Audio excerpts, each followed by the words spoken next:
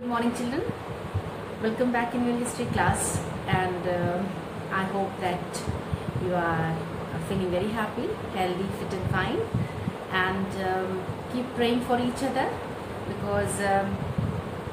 because prayer has healing power. And so always remember God and have a graceful smile. With a graceful smile on your face, start the day with positive thought. So children, as you know that we have started the chapter French Revolution from your history section, and we have done much causes, we have done its causes. जैसा कि आप सब जानते हैं बच्चों कि हम लोगों ने फ्रांसीसी क्रांति के बारे में हम पढ़ रहे थे और इसके कारणों के बारे में हम ऑलरेडी डिस्कस कर चुके हैं। और अब जो है इस लेक्चर में today we will continue this lecture, today we will continue this chapter only. तो इस लेक्चर में भी बच्चों जो है हम वो कंटिन्यू करेंगे, जो है इसी चैप्टर को कंटिन्यू करेंगे, आगे के शीर्षक के बारे में हम पढ़ेंगे। So children, before starting the further topic, let's have a quick revision of the important points whatever we have discussed in previous lecture। यानी हमने previous lecture में कौन से चीज़ों के बारे में या किस शीर्षक के बारे में हमने पढ़ा था कि हमने उसको एक बार पॉइंट्स में रिवाइज कर लेते हैं। जैसे कि हमने पिछले लेक्चर में we have discussed about the intellectual causes। हमने intellectual causes के बारे में पढ़ा था, यानी बौद्धिक कारणों के बारे में पढ़ा था। So in intellectual causes we have discussed about the philosophers, we have discussed about the thinkers, we have discussed about the writers, authors, because in intellectual causes the thinkers, the philosophers and the writers contributed a lot in provoking an outbreak of the French Revolution। यानी जो फ्रांसीसी क्रांति में बच्चों, जैसा कि इसमें जो है फ्रांस की क्रांति में बौद्धिक वर्ग की बहुत बड़ी महत्वपूर्ण भूमिका थी, और इस बौद्धिक वर्ग में फ्रांस के दार्शनिक, विचारक और कवि, लेखक इत्यादि आते थे। तो इन लोगों की अपनी अलग भूमिका थी, और ये लोग इंटेलेक्चुअल क्लास था, ये लोग एलाइट क्लास था, ये लोग बहुत पढ़े लिखे वर्ग के लोग थे, इसलिए इनको जो है इनकी अपनी अलग महत्वपूर्ण भूमिका थी। सो इनके विचारों को हमने we have already discussed about, जैसे हम लोगों ने फिलोसफर्स लाइक जॉन लॉक के बारे में पढ़ा। We have discussed about the John Locke in 2 treatises of government he has written the book, and he was totally opposed the monarchy system। we have discussed about the Montesquieu। हमने Montesquieu के बारे में पढ़ा, जो भी राजतंत्र के खिलाफ he also opposed monarchy system। उसने भी राजतंत्र के खिलाफ जो है वो विरुद्ध जो है वो अपने लेख लिखे, अपने विचार प्रस्तुत किए। And he has written Persian letters and the spirit of laws. और फिर इसके बाद हम लोगों ने आगे पढ़ा वोल्टेयर के बारे में। तो वोल्टेयर के बारे में हमने पढ़ा, he has also written La हेरिनेड and letters and फिलोसफिक्स।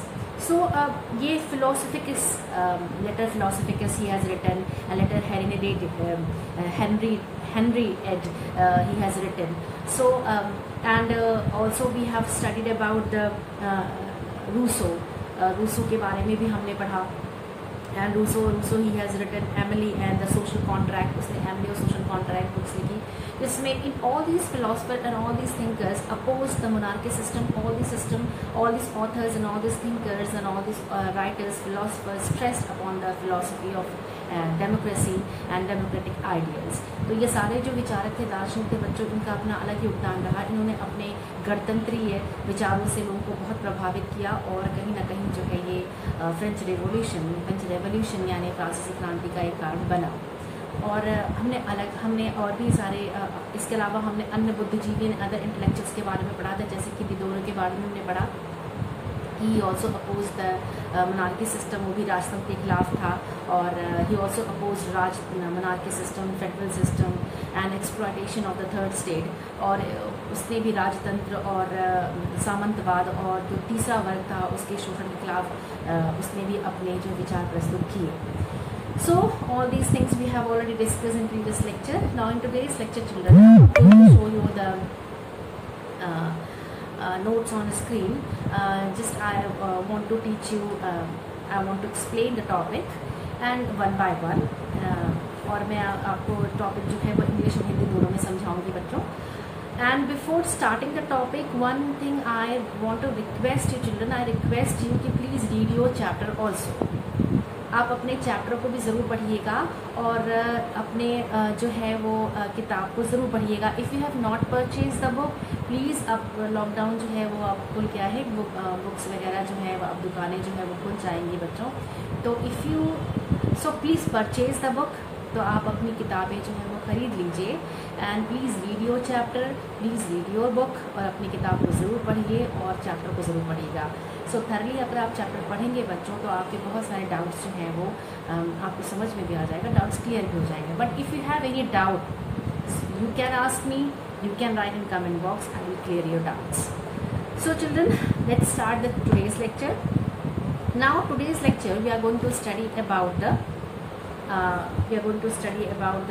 now in today's lecture we are going to discuss about the outbreak of the revolution. यानी we are going to study about the course of the revolution. यानी हम जो है वो क्रांति की शुरुआत के बारे में, फ्रांसीसी क्रांति की शुरुआत के बारे में पढ़ेंगे और उन महत्वपूर्ण घटनाओं के बारे में पढ़ेंगे जो फ्रांसीसी क्रांति के दौरान हुए थे और उनके बाद जो है वो किस तरीके से उस घटनाओं का कितना असर पड़ा ऑन फ्रांस में क्या असर पड़ा और किस तरीके से इस क्रांति ने एक जो है वो गणतंत्र फ्रांस को एक रिपब्लिक बनाने में मदद की. इन घटनाओं की अहम भूमिका थी. And how these courses, how these events help the France to become republic and to make the France a republic state.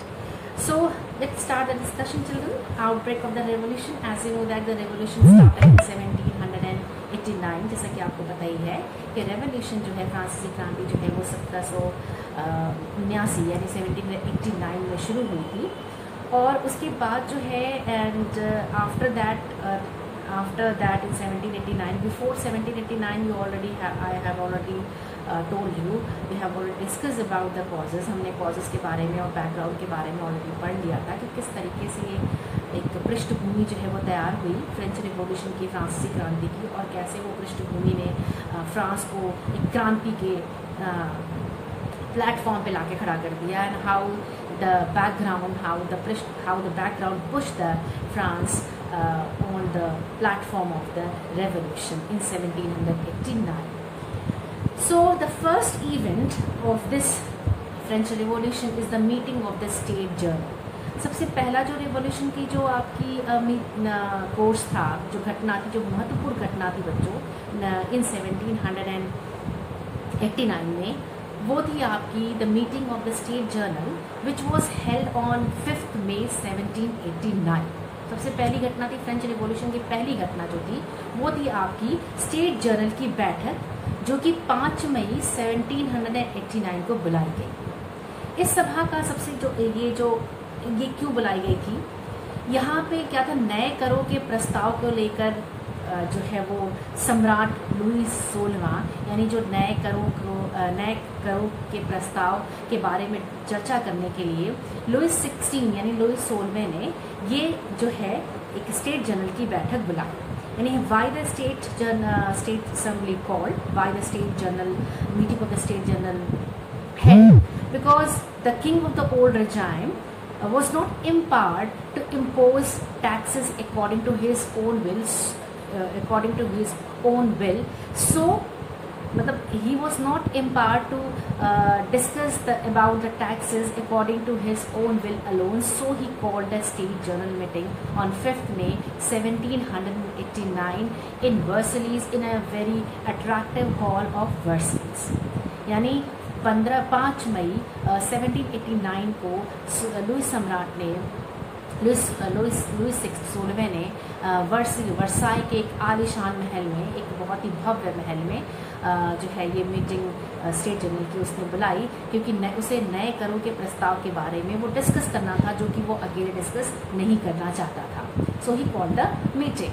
Now what happened, hence now what happened in this meeting, what happened, अब इसमें क्या था कि इसमें पहले और दूसरे state के 300 जो है वो सदस्य थे और तीसरे स्टेट के 600 सदस्य शामिल थे इस मीटिंग में.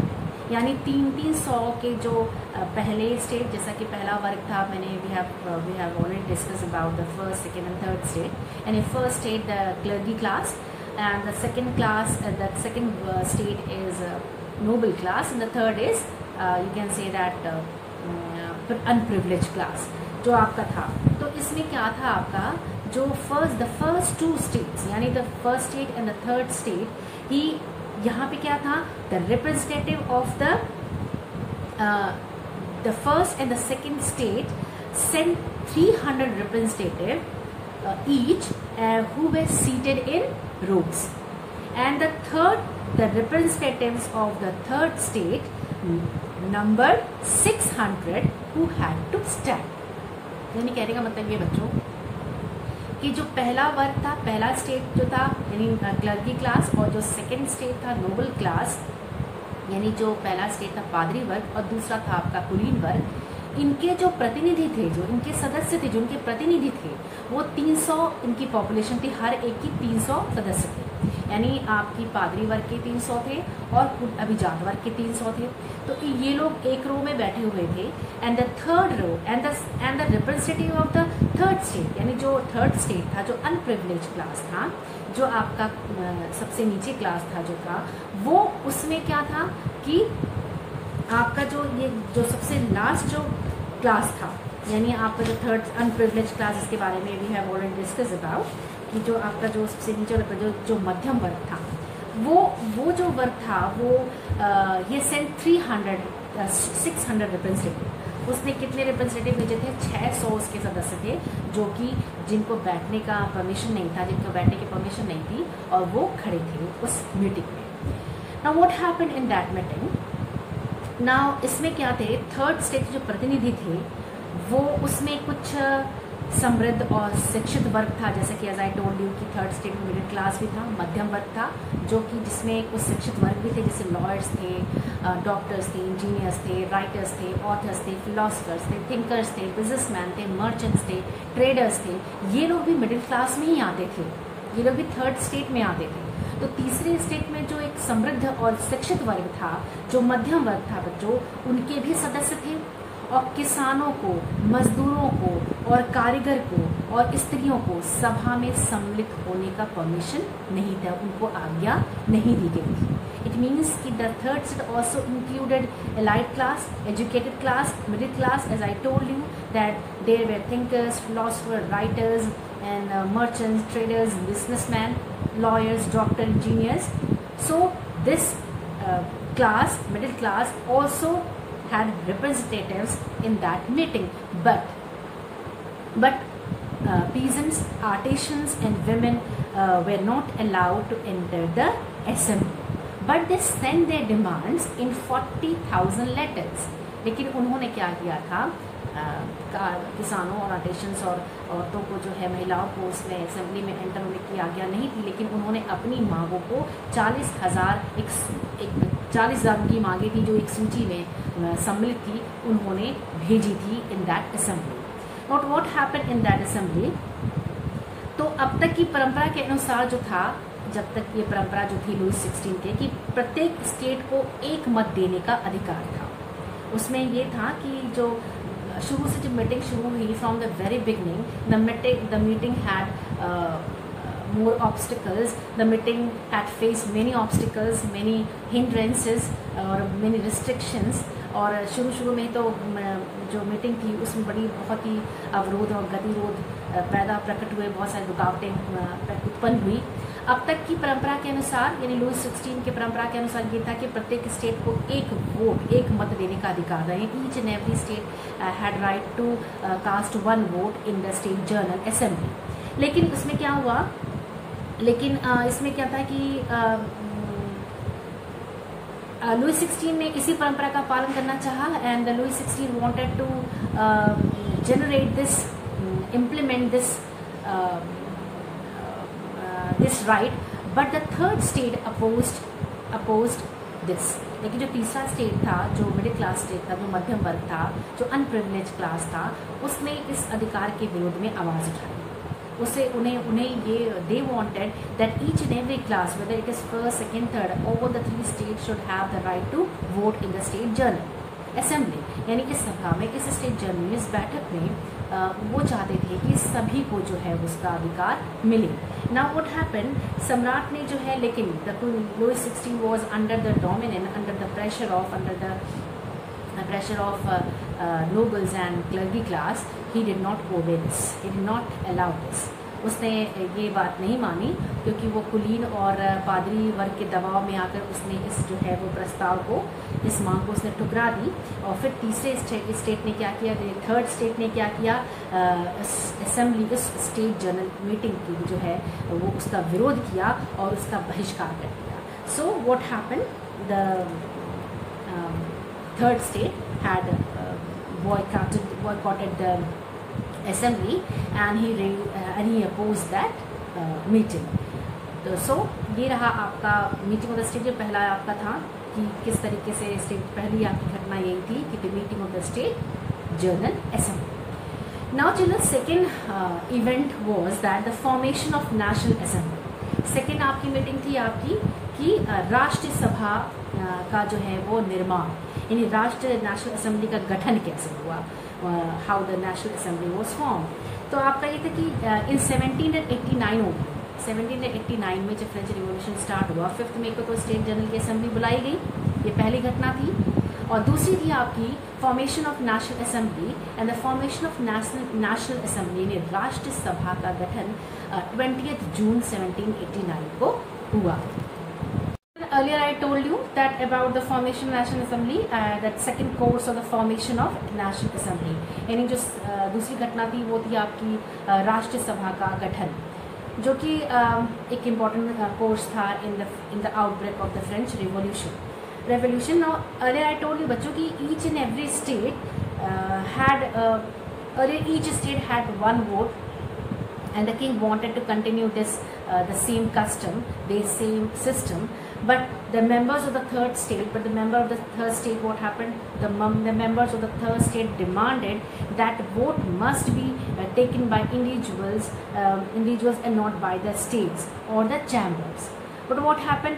If the vote was to be taken individually, the commons would, या कह सकते हैं, the common would demanded, या the common would command majority, and what happened? The government would be brought under popular control। यानी यहाँ पे पहले जैसा कि भी बताया है कि थर्ड स्टेट ये चाहता था, जो तीसरा वर्ग था वो ये चाह रहा था, मध्यम वर्ग जो तीसरा वर्ग था वो ये चाह रहा था कि हर इंडिविजुअली वोट देने का अधिकार हो, मत देने का अधिकार जो है इंडिविजुअली है, व्यक्तिगत तौर पे हो, ना कि कोई स्टेट या चैम्बर में हो। अगर इंडिविजुअली व्यक्तिगत तौर पे हर व्यक्ति को मत देने का अधिकार होगा तो वो अपनी मांगों को सुचारू रूप से स्टेट में या किंग के थ्रू जो है वो प्रस्तुत करने में उसको आसानी होगी, और जो है और एक पूरी जो एक सभा होगी वो अंडर कंट्रोल होगी।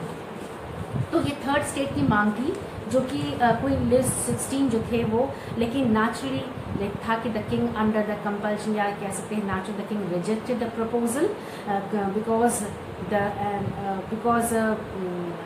because the king rejected the proposal because king was under the pressure of first and second state, because of the noble class and clergy class. They did not want this type of proposal in the assembly. तो यहाँ पे था, तो इसलिए वो उन्होंने proposal reject कर दिया। And consequently what happened, the members of the third state walk out of the assembly in protest, जैसा कि एज आई टोल्ड यू कि वो उन्होंने बहिष्कार कर दिया असेंबली का, और वो असेंबली के इस मीटिंग के विरोध में वो हो गए और उन्होंने मीटिंग का, सभा का बहिष्कार कर दिया। Now what happened at last, what happened after much discussion, अब फॉर्मेशन ऑफ नेशनल असेंबली के बारे में हम बता रहे हैं कि after much discussion what happened, the members of the third state representatives, you कह सकते हैं कि members of the third state, you can say the representatives of the common masses. जो थर्ड स्टेट था वो कॉमन मासेस था, यानी वो आम लोगों का वर्ग था, जिसमें सभी लोग आ रहे थे, आर्टिशन, पीजेंट्स, और जैसे all the masses, all type of classes in the common masses like the peasants, farmers, workers, lawyers, doctors, engineers, as I told you। तो ये सारे वर्ग इसमें बच्चों आ रहे थे, तो ये representatives of the common masses था थर्ड स्टेट। तो the representatives of the third state, that is the representatives of the common masses, declared themselves National Assembly on June 17, 1789. इन्होंने क्या किया, जून 17 को 1789 में इन्होंने स्वयं ही नेशनल असेंबली की घोषणा कर दी। इन्होंने स्वयं ही एक नेशनल सभा बना लिया, ये घोषणा कर दी कि हमने नेशनल असेंबली बना दी, and the national assembly was formed, या उन्होंने डिक्लेयर कर दिया on 17 June 1789। Then what happened by this title, इस टाइटल के साथ the commons claim the right to speak and act for the whole nation, even though they were not supported by the first and the second state, या first and the second class। यानी इस declaration के बाद in third state के representative को ये अधिकार मिल गया, अपने बात कहने का अधिकार मिल गया उनको। यानी अब इस डिक्लेरेशन के बाद they could speak, they had right to speak, उनको अब बोलने का अधिकार था, और अब न केवल बोलने का बल्कि एक्ट करने का भी, यानी उस पर जो है वो अमल करने का या उस पर वो कार्य करने का भी उनको अधिकार मिल गया।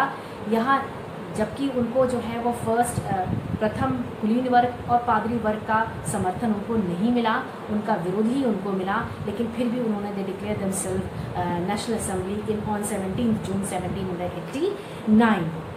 नाउ यहाँ पे क्या हो बच्चों कि अब they also decided to draft a constitution of the France। अब इन लोगों ने मिलकर ये भी डिसाइड किया कि हम अब फ्रांस का जो है फ्रांस का संविधान भी वो बनाएंगे या उसका प्रारूप भी वो तैयार करेंगे।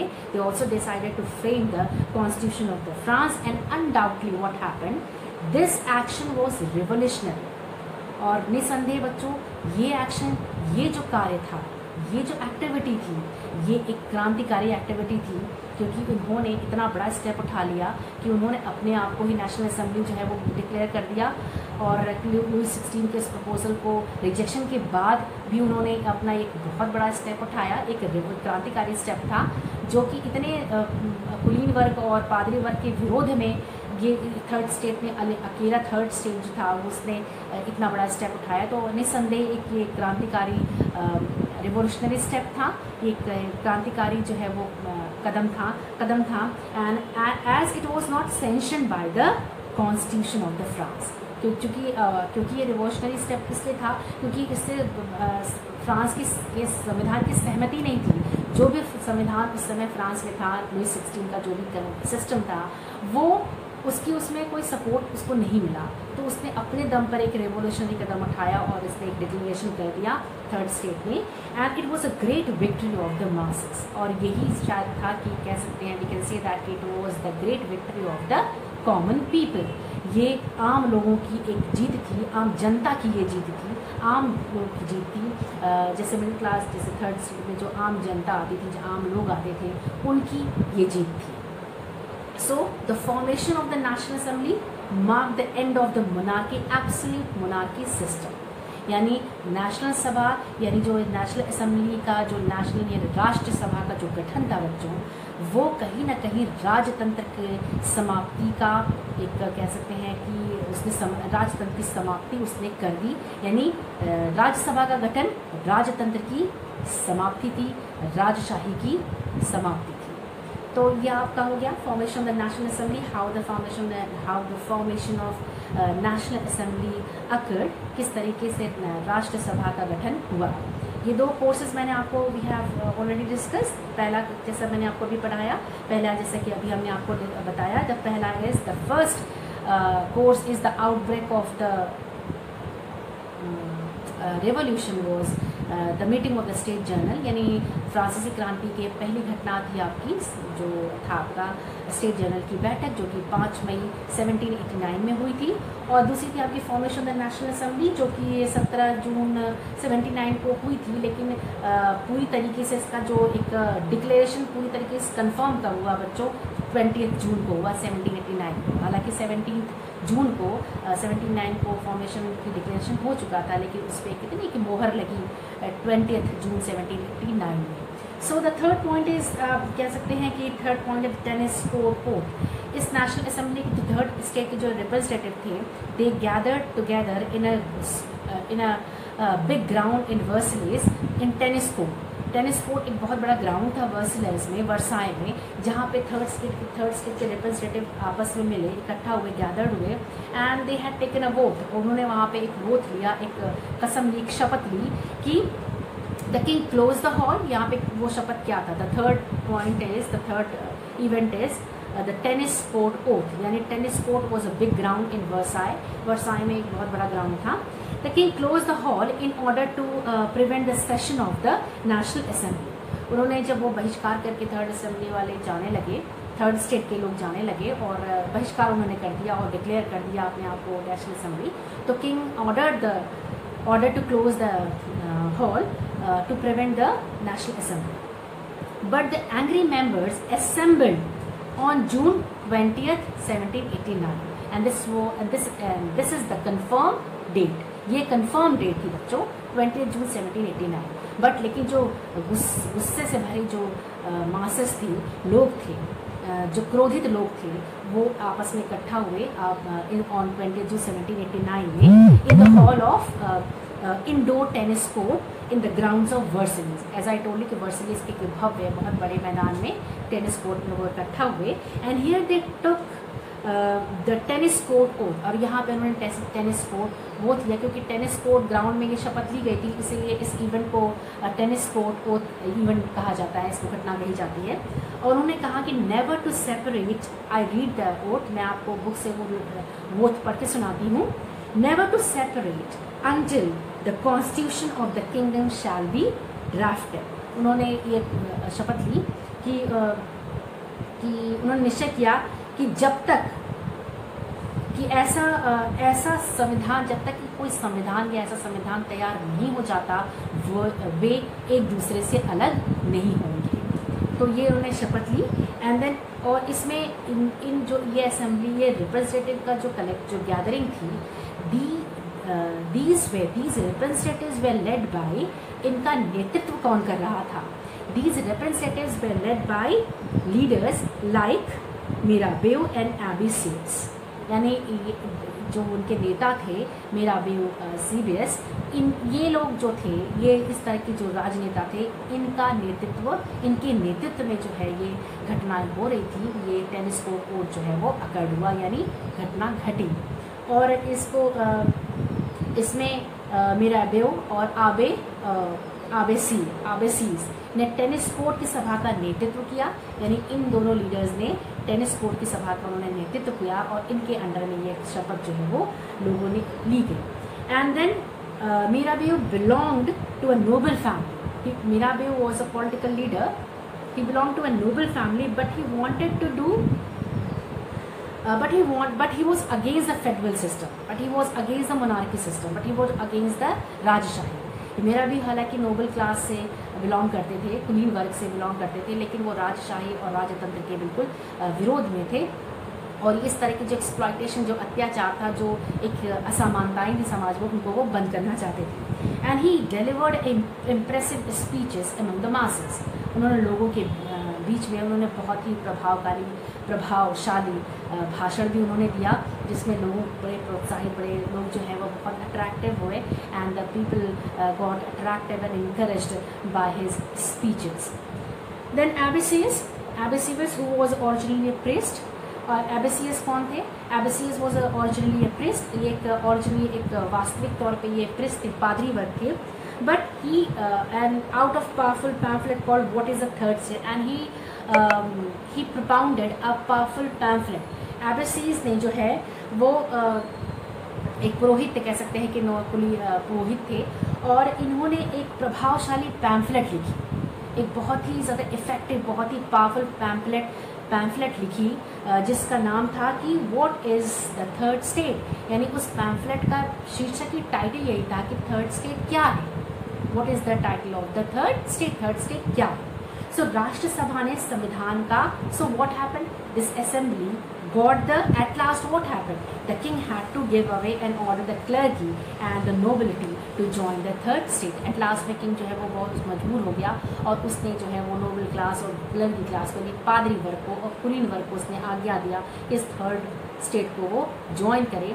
और the consequently as a result परिणाम स्वरूप क्या हुआ बच्चों, the 3 states form a single chamber. इसका परिणाम हुआ राजा के आज्ञा के बाद परिणाम ये हुआ कि तीनों जो स्टेट थे वो मिला के उन एक चैम्बर बना एंड दस the formation of national assembly was completed. इस तरीके से राष्ट्रसभा का गठन का कार्य जो है वो पूरा हुआ यानी पूर्ण हुआ। And the political authority came into the hands of the national assembly और representative body of the masses. तो इस तरीके से जो है वो एक राजनीतिक सत्ता जो थी वो जो है वो राष्ट्रसभा के सदस्यों के हाथों में आ गई, जो कि कॉमन सदस्य जो कि कॉमन मासेस के सदस्यों से बनी हुई थी।